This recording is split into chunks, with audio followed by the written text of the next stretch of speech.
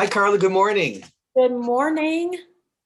Welcome to our show. I want to take a quick second to just tell our future listeners and watch and the people on our show to know a little bit about you.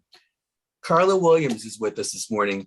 Carla is a singer-songwriter who, after being told on more than one occasion that she sounds like Karen Carpenter, has recorded 15 Carpenter songs, and her new album, A Tribute to the Carpenters, comes out on January 28th, just around the corner.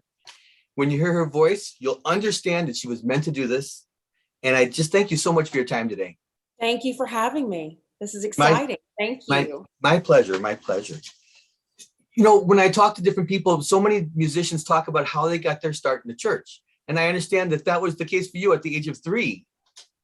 That's right. I think that's a big Southern thing for us. We all start singing in church down here. Uh-huh. But yes, absolutely. I started singing, had my first solo on stage when I was 3 years old of my hometown church. And so, yeah, that's how I got started. It transitioned into singing pretty much for the rest of my life to this, thus far, and went to college on vocal scholarship, sang all through high school, and here we are. That's so fantastic that you carried all the way through school. And Oh, then yeah.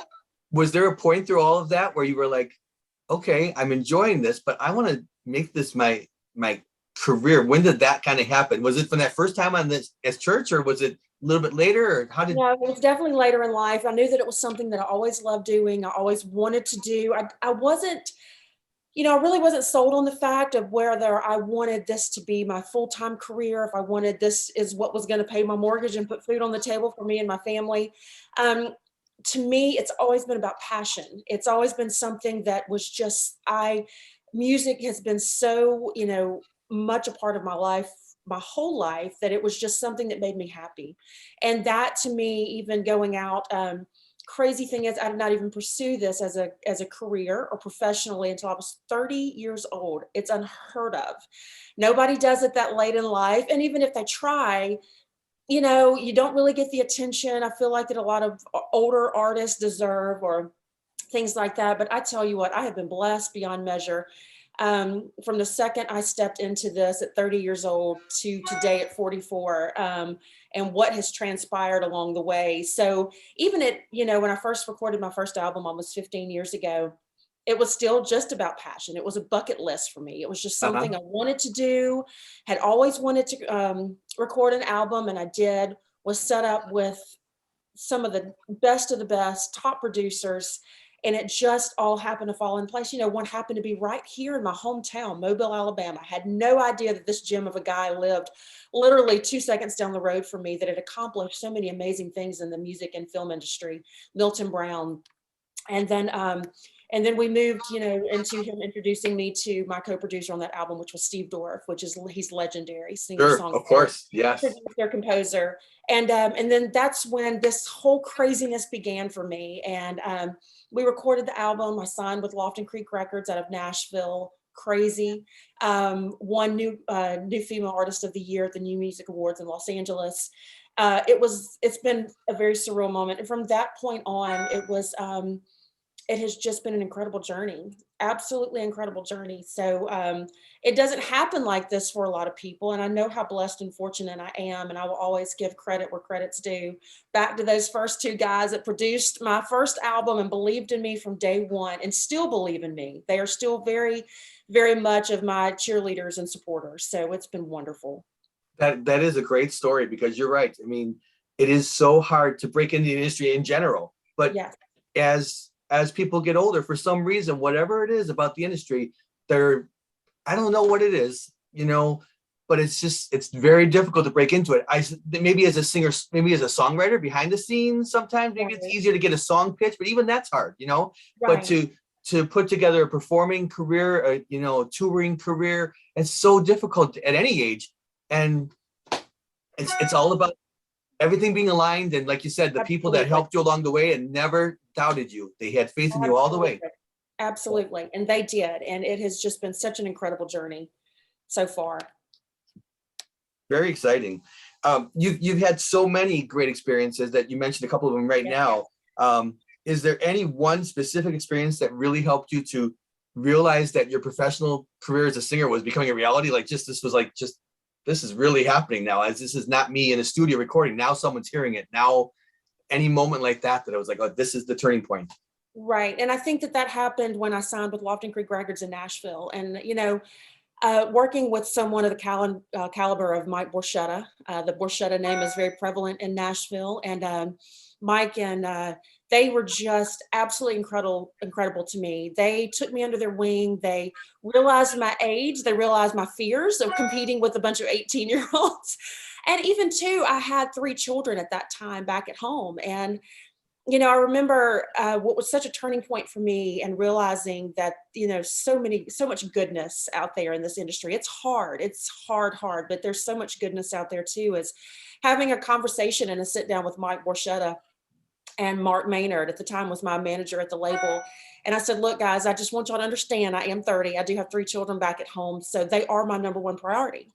I can't hit the road and go on these big tours for months at a time, because my children are everything to me. And being a mom comes first. And, Mike looked at me as a family man that he is, having a lot of children himself, and said, I wouldn't want to have it any other way. You do what you need to do. We will work around your schedule, and we're going to make this work, and it's going to be wonderful. And that's exactly what it was. And having somebody, in the very start, really in the industry, taking you and really understanding where you are in life at that moment was just life-changing for me. And then transitioning into that whole process led me into music, winning this award in Los Angeles, which was just mind-blowing to me, mind-blowing to me, up against the people that I was up against, and all of that. And it was just such a wonderful thing. And everybody, honest to God, I don't even know how many people can say this, but I have been so blessed that everybody from day one has accepted me with open arms, whether it was a songwriter, whether it was a producer, a session player, recording the album or whatever. So it's been a wonderful experience for me. Well, I'm sure it speaks volumes to who you are as a person, that you care. It's family first, and that you, and the talent and the way you treat people, and the list goes on. I'm sure that's the reason why, I believe, just from hearing your story, and just that things happen for a reason. And you must have made so many impressions from your talent, and just from who you are and your priorities, that people really believed in you from the beginning, for that reason. And they were willing to go to bat for you if someone said, well, you know what, it's going to be harder because she didn't start her career 10 years ago, or this or that. I think that they just believed in you because of who speaks volumes to who you are. I'm sure. Well, thank you for saying that. And that's been, I was on an interview the other day, and they said, what is that legacy you want to, leave behind? And, even in this industry, not even as a person, but just as an artist. And Right. it is things like that. It is making that positive impact. It's doing good in this world. I am so charity oriented, and that's such an important thing. For me, I've been able to pass that love for charity down to my children. Since then, I have a 4th child, so life is really crazy and busy. Yeah.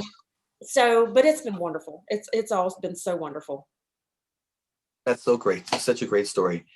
If I understand this part of the story correctly, you've been asked by at least one person, maybe 2 or 3 or 10, if you realized yourself that you sound like Karen Carpenter. And it wasn't until you met Grammy award-winning producer Michael Omartian that you realized that this was something you had to nurture and explore. How did this meeting with Michael come about?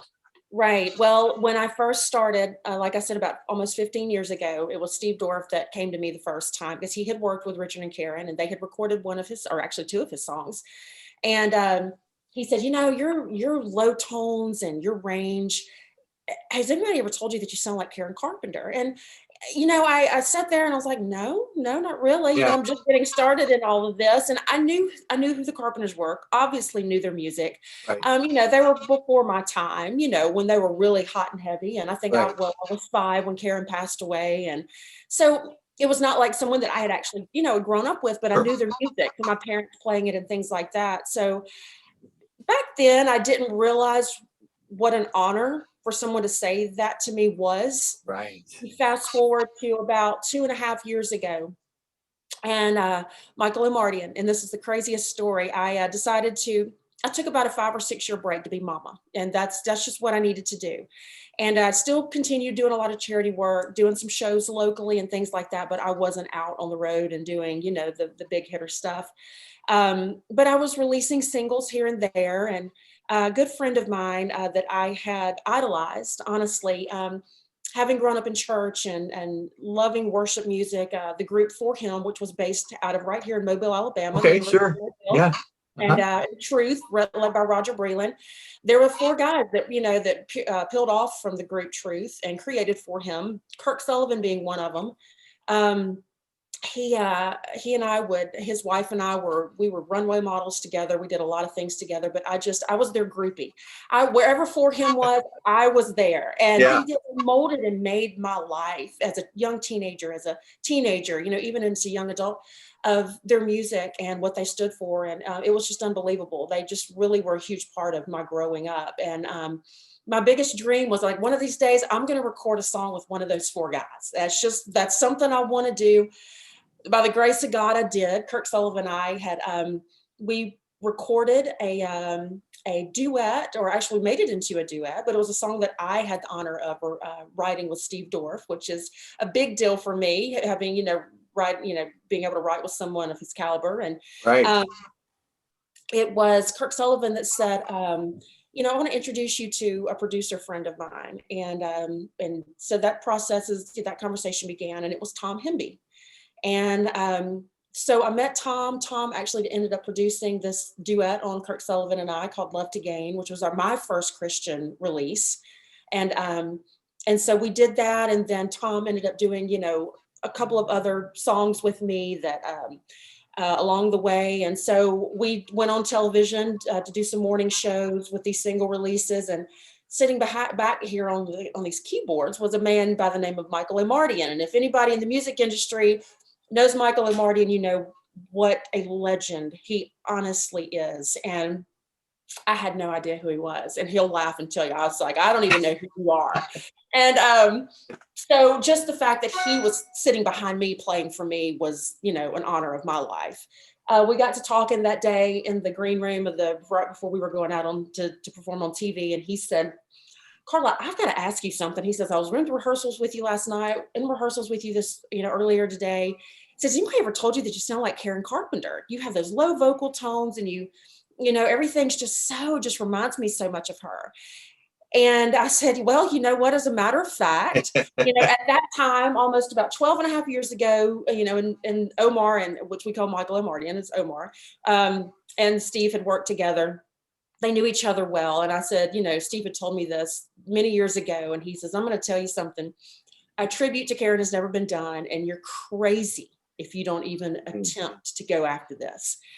And so my brain started, I was getting on stage to perform and on live TV, and my brain was going 90 miles an hour. And we walked off. And from that moment on, my life changed. And it has been almost a little over 2 years now that we started this process, and it has been something that I could have never even imagined. The people that have jumped on board with this project and endorsed it have chosen to be a part of this, have sang with me, played for me.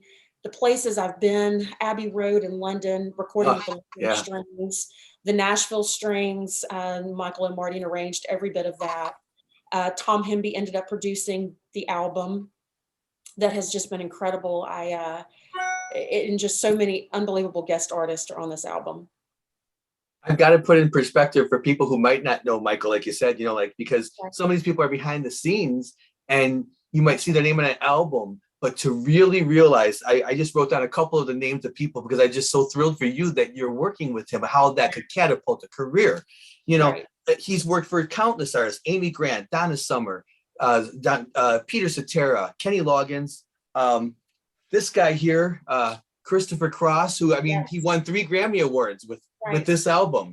I just, and I was always someone that would look at the back of records and see who produced or who did this. And his name just, like you said, it's just synonymous with greatness in the industry. He also did session work with artists such as Eric Clapton and Michael Jackson. So, just unthinkable. So there was that guy behind you playing the keyboards.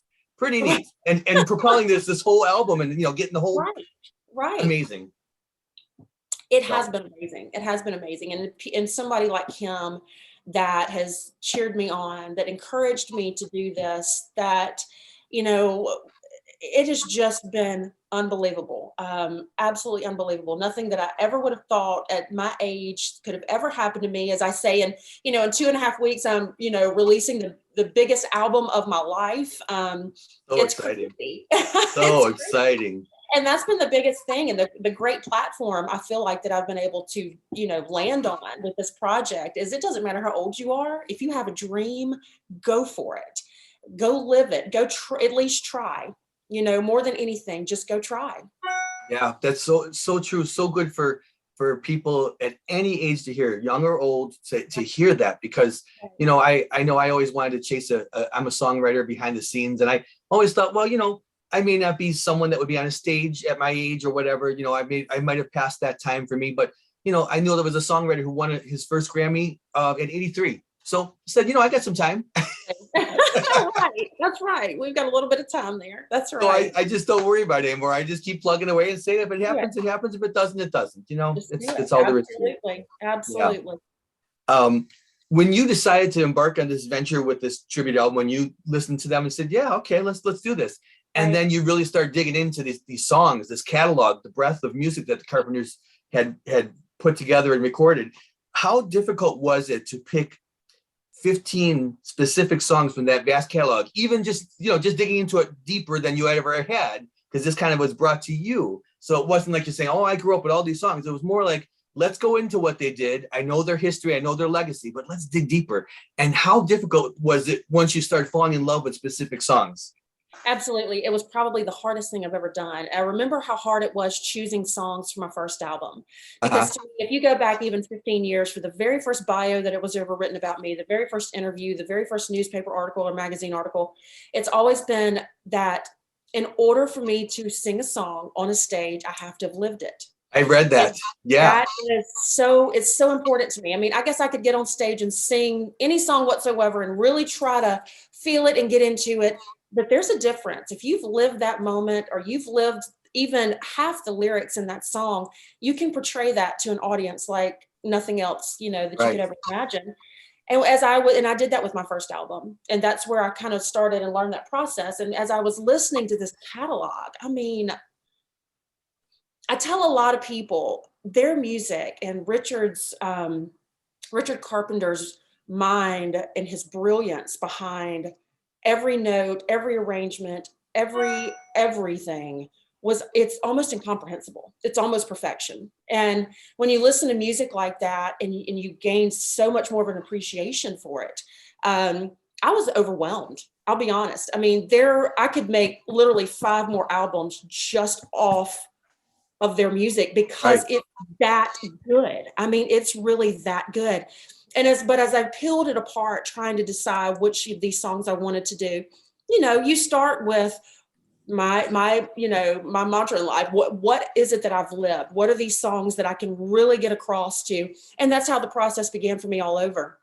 And I decided to choose songs, listen, just really dive into the lyrics, really dive into the melody, really dive into exactly what I wanted, you know, my audience to hear. And not only that, my biggest thing with this whole process was to remain very respectful to Karen and honor her, and not veer too far off from the original, because I think we stayed pretty true to that through this whole process. We Yes. did make it, you know, with intros, outros, things like that. We did change things up a bit, but we remained very true to the original versions.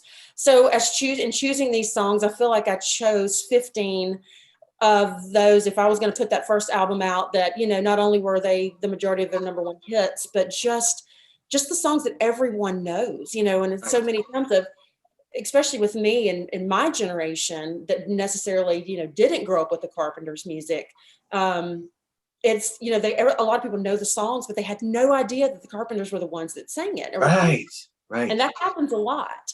That happens a lot. So it's been very cool to kind of, you know, portray those songs out. And you know, Merry Christmas Darling, which was is on the album. It's been my favorite Christmas song my entire life since I was a little bitty girl. It's Wow. always been my favorite Christmas song. And, you know, even not even realizing it for a couple of years, that that's the Carpenters music. So Right. mhm. I'm 53, so I through my parents, I kind of grew up with the music, and I can Right. remember, it's so funny. I can remember a cassette tape at home. I don't remember their records. They did have records, but I remember a cassette tape of the album Close to You, and it just was in a plain plastic clear case. I don't know if they lost the packaging or whatever, but I just remember that, and the little portable cassette players, before the Right. boom boxes and all that, just a little cassette player. And I remember playing that over and over as a kid, because that's all they only had. It. They weren't big music people. They just had a few records Sure. around the house, a few cassettes, and that was one of them they had. So I knew that album inside out. But since you brought up the whole thing about the arrangements and everything, I'm pushing ahead in some of my thoughts here. I want to tell you that, growing up listening to them, the arrangements are beautiful of what you've done. I like the fact that they're just a little bit different, but we're so respectful of the original, the lush harmonies, the strings, everything. It's just beautiful. Beautiful. Thank you. So, Thank you. Thank you. The production team behind this has been phenomenal. And that's been the biggest question from day one for me is, are you going to be Carla just singing Karen's songs, or are you trying to be the next Karen Carpenter? And the thing to me, and I really had to think about that. I yeah. really had to think about that question until I just blurted out an answer. At the end of the day, there will never be another Karen Carpenter. She was legendary. She is legendary. Her vocals, I mean, my God, I mean, someone with a 3-octave range. I mean, it's unheard of. It was terrifying for me to record some of these songs because I'm Right. thinking, oh my God, it's challenging me. And I'm a music performance major, but it challenged me vocally, mentally, emotionally in ways that I had never been challenged before, which to me is so cool as an artist to be able to experience that. And Right. so that's been my biggest thing. And even with this album coming out, it's not, to me, it's not a Carla Williams album. It's just not. It is 150% all about Karen Carpenter and Richard Carpenter. And that's the most important thing to me. And it's so well done, because it really it's what a gift, like you said, to be compared to someone so legendary, and to be able to use your gift of voice to make so many people happy with memories of that, and still be true to yourself and your family, and be able to do things and walk in and out of the industry to have enough time for your family. It's just a perfect thing. It's a perfect, it seems, I mean, to me from the outside looking in, it just seems like such a perfect fit that, and if anyone were going to sing her songs and really make a career out of it, or make a recording, it would have to be your voice. It's just so. Thank you. Yes. Thank you. That it's still an honor to hear. After 2.5 years, it's still an honor to hear that. It was very cool. One of the guest artists on this album was one of the former lead singers in Chicago, Jeff Coffey, and Jeff actually performed Wednesday night right here in my hometown of Mobile, Alabama. So I was able to, jump up there with him and us do the song that is on the album that I did with him, which was Close to You. And the coolest thing after the show is, it's that demographic. It's that, 60s and older, that really grew up with them and loved their music. And so I had so many people come up to me after and said, we just want to thank you for the memories. Just thank you for bringing memories back of my childhood, or, things like that. And to me, that's what it's all about. But not only that, I have 4 children, ranging from ages 21 down to 11. Right. And my children love music. I have one that is a commercial music major in Nashville. But I want so much of this, my generation and my children's generation to understand and appreciate music like the Carpenters. Not just everything that they hear on the radio now, or everything that's got a great beat, or, something you can dance to, or things like that, which is all wonderful because I love it too. But just to gain an appreciation, for the Carpenters. I know that my oldest, she's a junior at the University of Alabama. And during this process, she went to see movies like Bohemian Rhapsody. So she became a Queen fan. She went to see the movie yesterday. She became a Beatles fan. She went to see, and then Elton John. I mean, just everything. And that's kind of what one of our biggest goals in this project is to really reach the younger generation to understand and appreciate music like this, because it's so important. It is, because otherwise it's lost. Otherwise, if it skips a generation, we lose it. We lose it, possibly. And I feel like that the Carpenters' music has been lost for way too long. And it's time to bring it back to life. Yeah, and I do teach some vocal lessons on the side, and so I have some students that these young kids, and when they come in, like you describe your daughter watching Bohemian Rhapsody and all these things, they come in with these bands that they know because their parents turned them on to it, and Right. it's so neat because it would be so easy for any of us to stereotype young people as being only listening to the flavor of the week on the radio, a hip hop Absolutely. song or a dance song, which is like you said, it's all good stuff. Everything has its place in the universe when it comes to music. Right. Right. But the production of some albums like this and the live instruments, which I know is a big thing for Michael, is live instruments and Yeah. live strings and everything, that I read something about him recently that he was so glad to be in Nashville where people were performing live music, live strings, live instruments, that they weren't using the MIDI, they weren't Right. using all the Absolutely. electronics. And Absolutely. it gave him a new sense of fueling, So yeah, it's just, and it's a lost art otherwise, of the recording process, because we don't have a lot of physical configurations in stores. We don't have CDs in the stores as much anymore. Right. Records are more of a collectability type of thing, a purple vinyl record or something, but it's not, everything streams and internet, and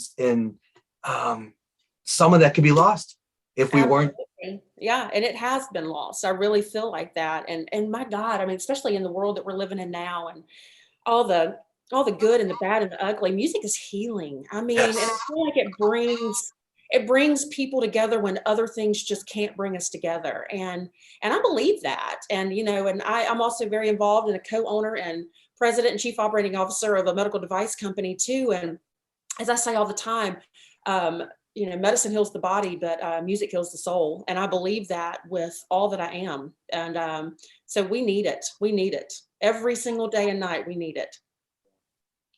Since you mentioned that, I read also that you have a patent on a stethoscope, and it kind of brought together the world of music and your medical background. And just, I mean, I don't think it doesn't sound like you sleep very much with 4 kids and patents and the medical world and I the know. I get asked career for that your kids. question all the Yeah. time. When do you sleep? How do you Uh-huh. have time to do the next thing? But you know what? If I didn't, I don't even know what I would do with myself.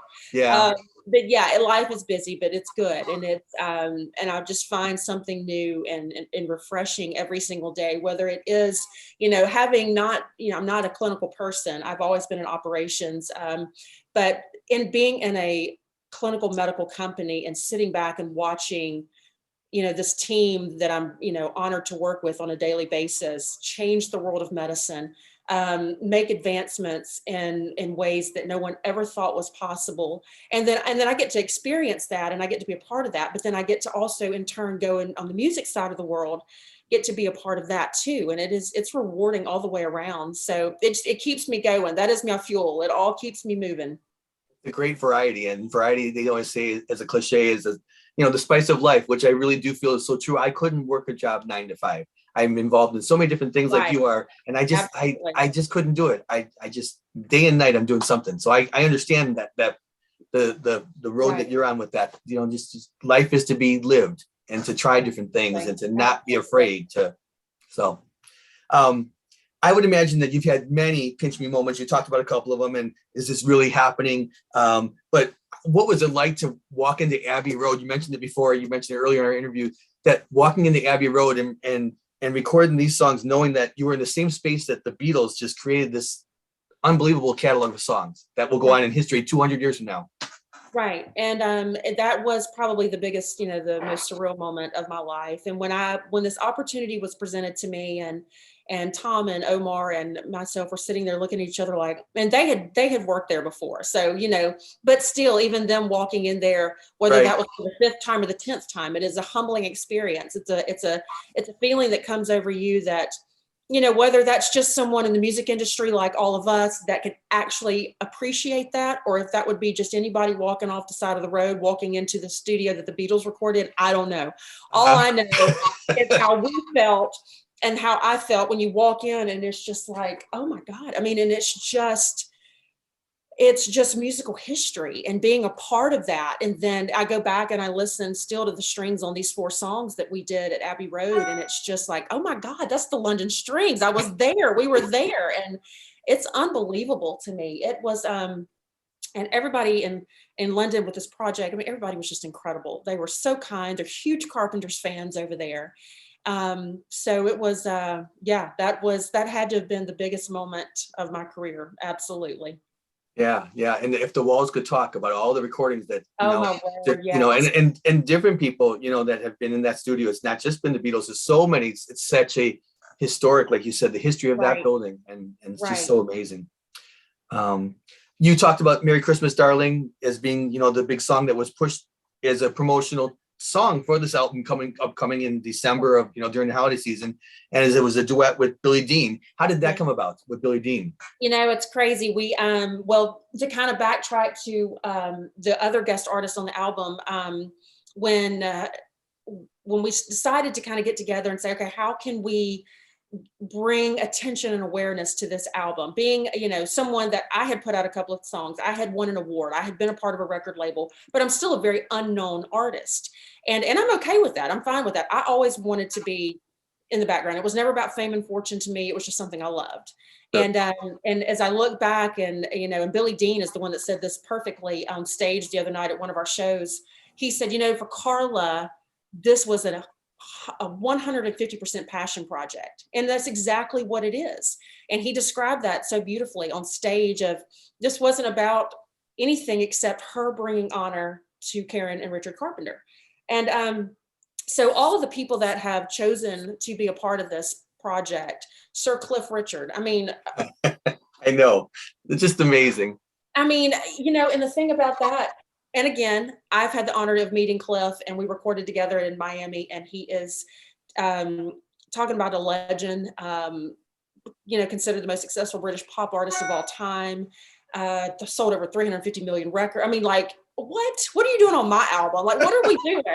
And but meeting him, the most humble person I have ever met in my life, the kindest soul, turned 81 in October. Wow. Unfortunately, COVID shut it down, where he had asked me to go on a UK tour with him. Unfortunately, COVID shut that down, but we'll get back to that. And then a Steve Lukather playing guitar solo on Goodbye to Love. And then two former lead singers of Chicago, Bill Champlin and Jeff Coffey. The cool thing, and I'm getting to your question, I promise. That's okay. No, this is great. This is great. The cool thing about it was, you know, looking at that time, even before Billy came on board, looking at it that time was like, this is really cool, because we've got just, you know, different genres of music that have kind of really come together with these different guest artists. You know, you've got just British pop star, then you've got a Steve Lukather from Toto, Yeah. and then you've got, Yeah. you know, your Chicago. I mean, my gosh, who doesn't love Chicago? And so it's all in. My biggest thing, having started out as a country artist, now I've done everything. I was like, we've got to throw country in the mix of this. Like, you know, Right. we've got to figure this out. And so they said, you know, we were trying to figure out what that was going to be, since the album had already been completely finished. And, you know, vinyl was being pressed over in London, and CDs were already in my hand, and things like, well, we can't go back and change anything on the album, but maybe we should do a digital bonus track on this. What can we do? Christmas was coming. I think we should do Merry Christmas, Darling. I think we should even attempt this as a duet, because from my understanding, it's never been done before. And so that's when we embarked on that. My team is incredible. They started pitching names left and right of, what about this person? What about this person? And you know, talking about somebody that you actually grew up with, and someone that I loved and idolized, and funny enough, and he knows this, that you drool over, was, I mean, you know, as a teenager in high school and middle school, I mean, God, who didn't drool over Billy Dean, you know?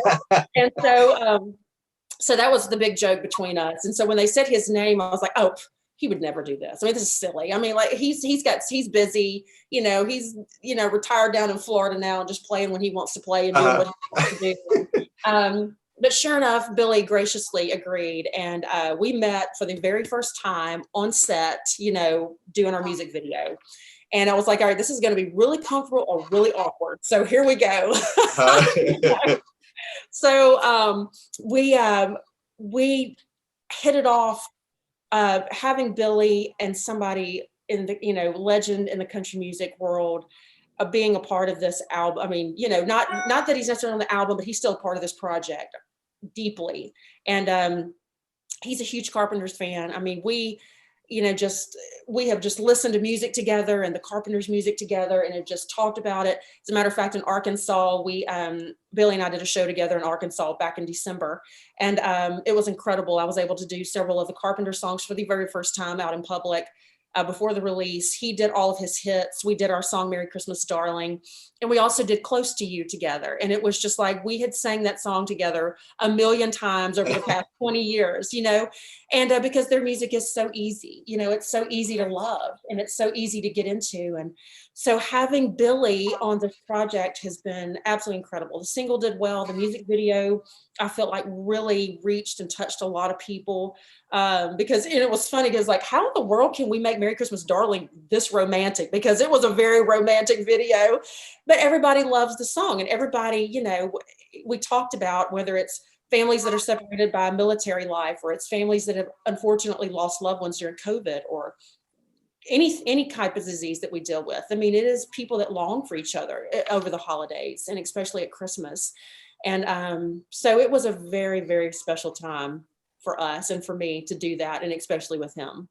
It's such a special song, like you said, and to look at all the press and media around that song, and to see, through your Facebook page and through your YouTube and all the different things, it looks like you guys had known each other for a lifetime, because it was such a good chemistry, and that he really embraced the project, because you did many appearances together, right? A couple charity things, it looked like, and concerts. You would think that this would have been planned for years, that you'd recorded many times and he just really. And it did, and it naturally, it just naturally fit like that. And it just was that instant, it was kind of like Cliff Richard and I, and you meet those certain people, and a lot of people we meet in life and we'll never see them again, or they didn't make an impact on us and I didn't make an impact on them, but it was great to meet you and good luck along the way. But then there are those people that come along, whether it's music, whether it's medical, whether it's just meeting a random stranger that they're going to be a part of your life for the rest of your life. And that's such a cool thing. And I felt like that, Billy and I instantly hit it off.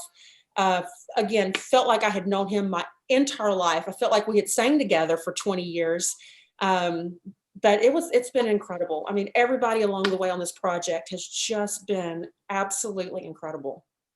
And from the outside looking in, I would have assumed that you had maybe known him for 20 years. Just to see that, that maybe you went to high school together, maybe you were in the same studio, and it's just the chemistry is so perfect of how you put that together. It's amazing. It looked like it was so natural, and I do have to say one thing about the song too, about Merry Christmas Darling, that I think of as in growing up. And then when I hear that song today, again, I was too young to really be the person buying the records, but my parents did. And whenever I hear that song today, the one line is just so haunting to me. I wish I were with you, because I think of her shortened life. And it just is so haunting to me. It could bring me to tears every time I hear that song. When I hear her say that at Christmas, I wish I were with you, and think how sad though that, but we celebrate her life and we celebrate what she did while she was on this earth, and the great happiness she brought to so many people, which is how I push past that line. Right. Absolutely. And we did lose her. And, another big part of this project will be, so many people, and I guess I really never put two and two together of, with Karen dying of anorexia. And, but the thing about it is, really studying this disease and how terrible it is and all of that. And it's not just anorexia, it's bulimia, it's obesity, it's things all across the board. And you really don't understand, people don't really understand, it is actually a form of mental health.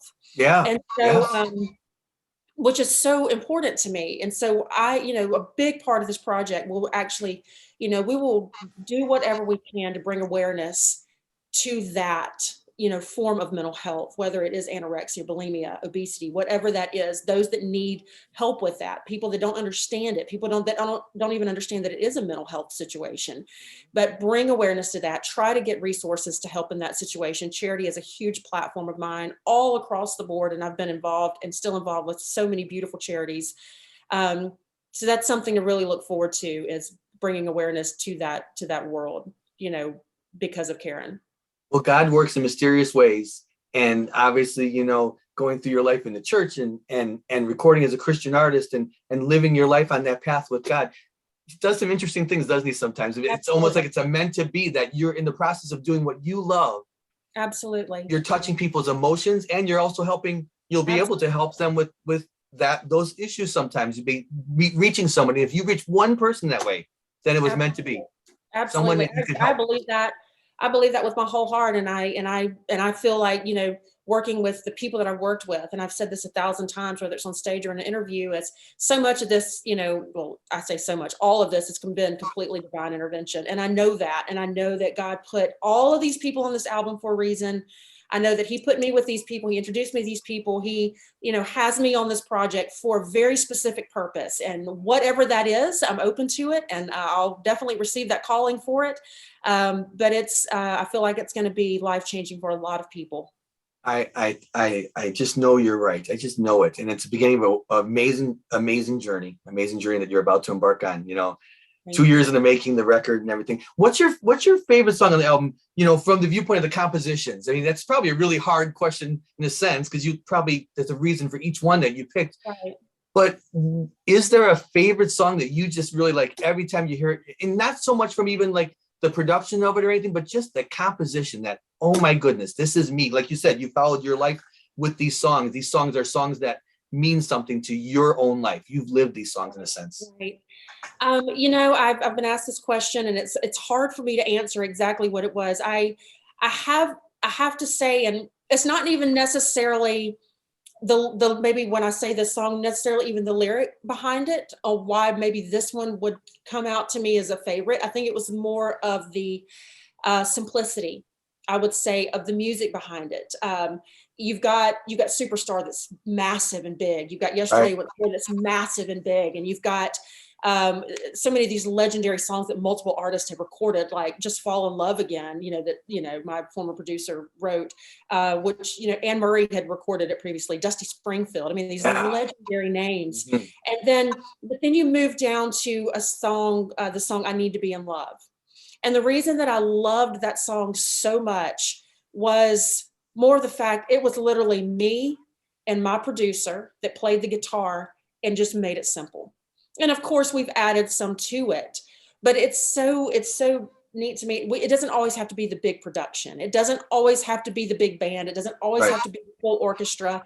There's so much to being simple, and the simplicity behind a lot of music, a lot of arrangements, whether it was, just me and Tom. And of course, like I said, we've added some since then, but to me, that was just such a cool thing to be a part of. Yeah. And even like A Song for You was just me and Michael Mardian. It was just me and the keys. And then, so anyway, I feel like a lot of the songs that I did on there that were more of those simple ones, which were just a couple, probably because it's that very vulnerable, vocally you're vulnerable, musically you're vulnerable. And it's not about that you've got this huge production behind you to make it all sound perfect. It is an instrument and a voice. And to me, that's a pretty cool thing. That's the tale of a good song, isn't it? It's a song that, sometimes in the less is more category. Absolutely. That a song that doesn't have to be widely produced and having so many instruments. It just sometimes and it's always so neat sometimes to hear a song that is really produced, just be stripped down to just a piano and a voice. Right. And it was really cool Wednesday night when Jeff Coffey and I were able to do Close to You. It was literally, because I've never done that like this before. We had not even rehearsed.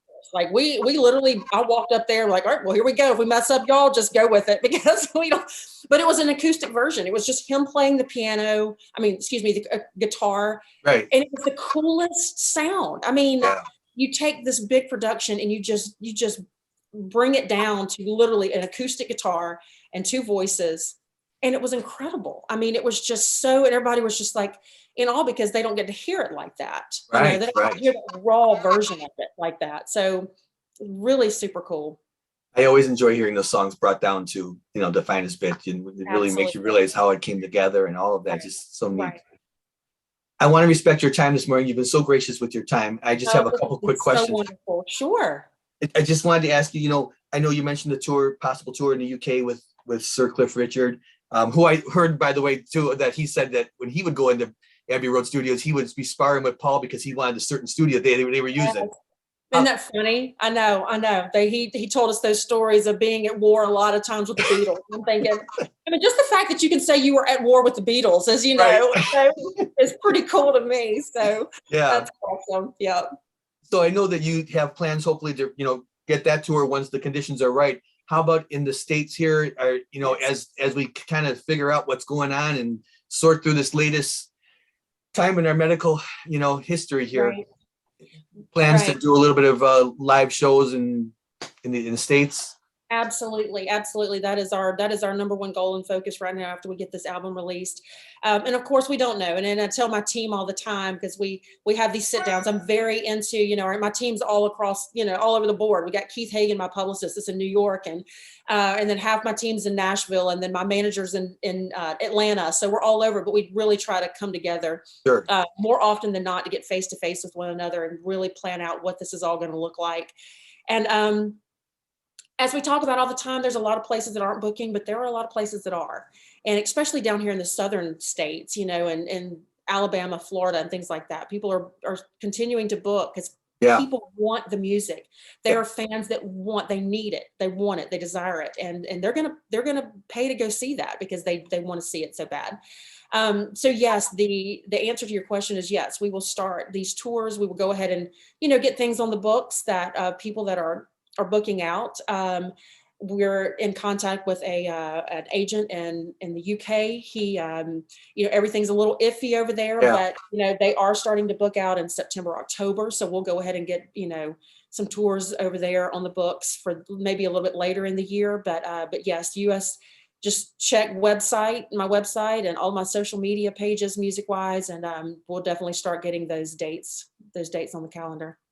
That was my last question for you, actually, is what's the best way to connect with you on the internet with social media? What social media sites? I mean, you talked about the website. What is the website? Is it CarlaWilliamsMusic.com. Okay, great. And Facebook, Instagram, YouTube, everything, all Carla Williams Music. Another cool thing that I will mention too is being involved. Another unbelievable group that I've been involved with is Sweetwater, which a lot of people know Sweetwater as a lot of musical instrument, right? Equipment type of huge surplus, company that distributor.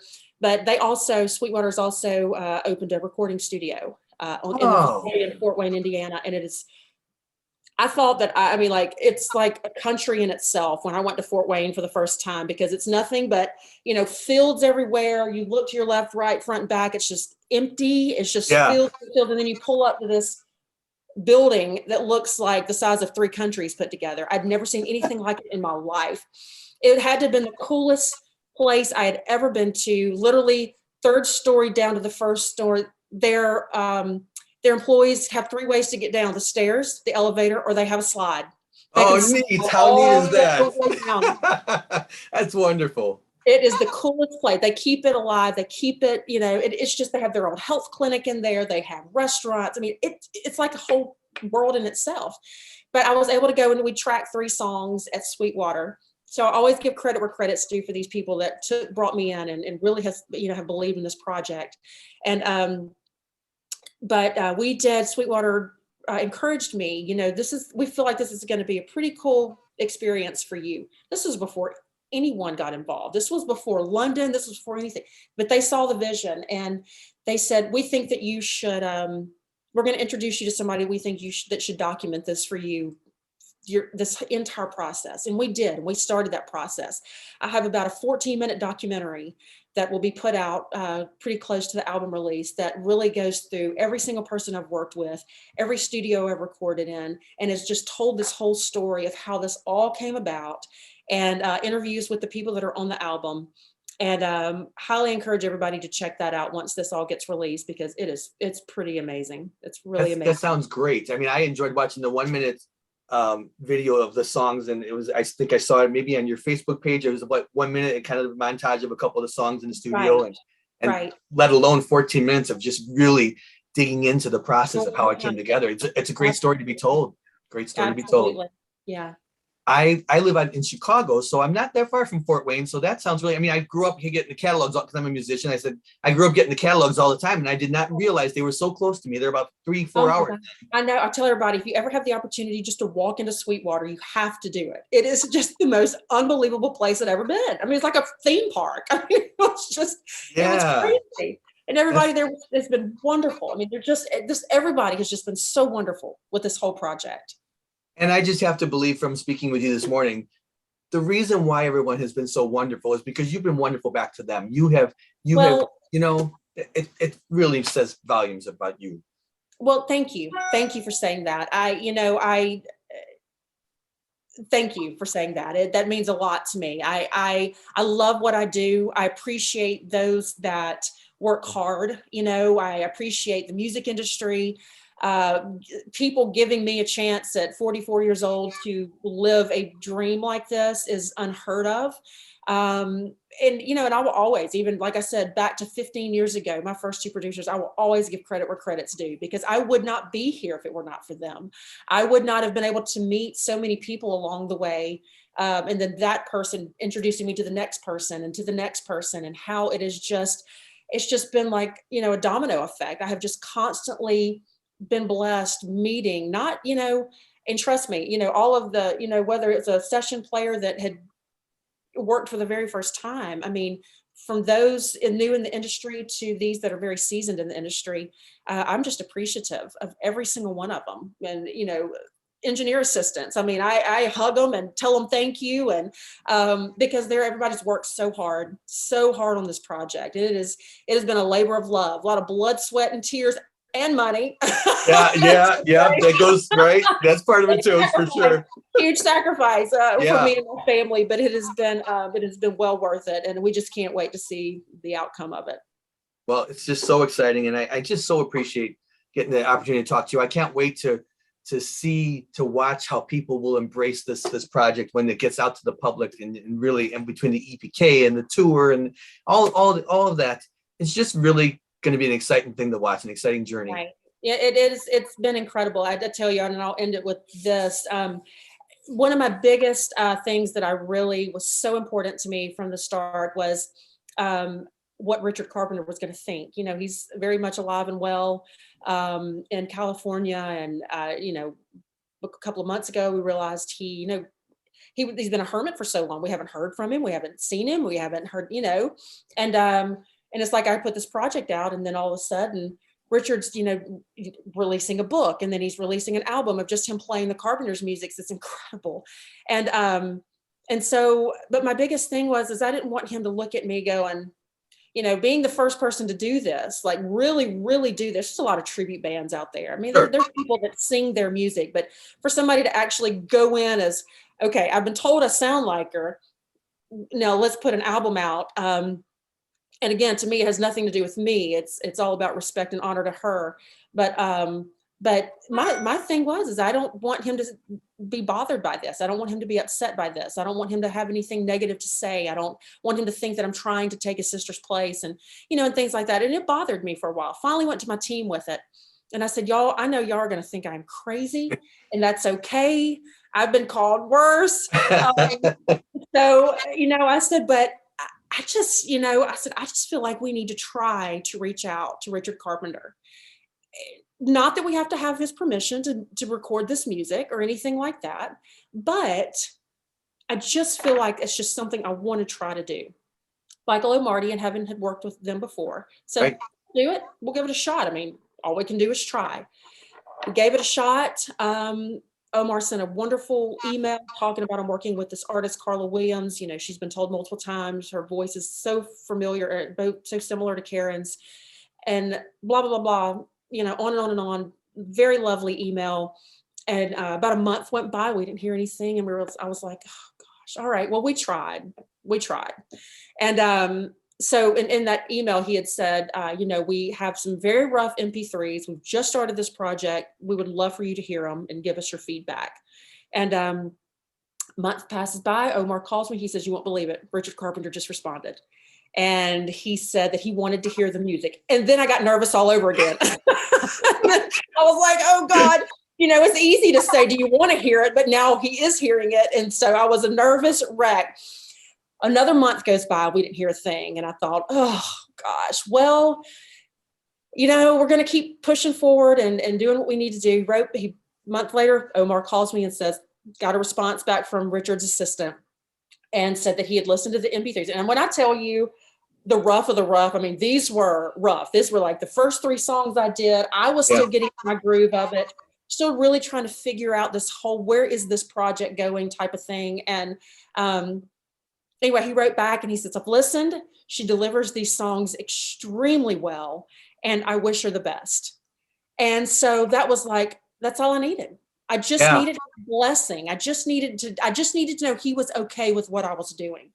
And so many people thought, have said to me, oh, that could have gone really bad, really fast, And I said, it wasn't that I really thought it would be, it's just something I needed. A couple of weeks ago, I did it all over again. Told my team, I was like, I need Richard to hear the full album. It's completed. It's beautiful. It's mastered brilliantly by Ken Love.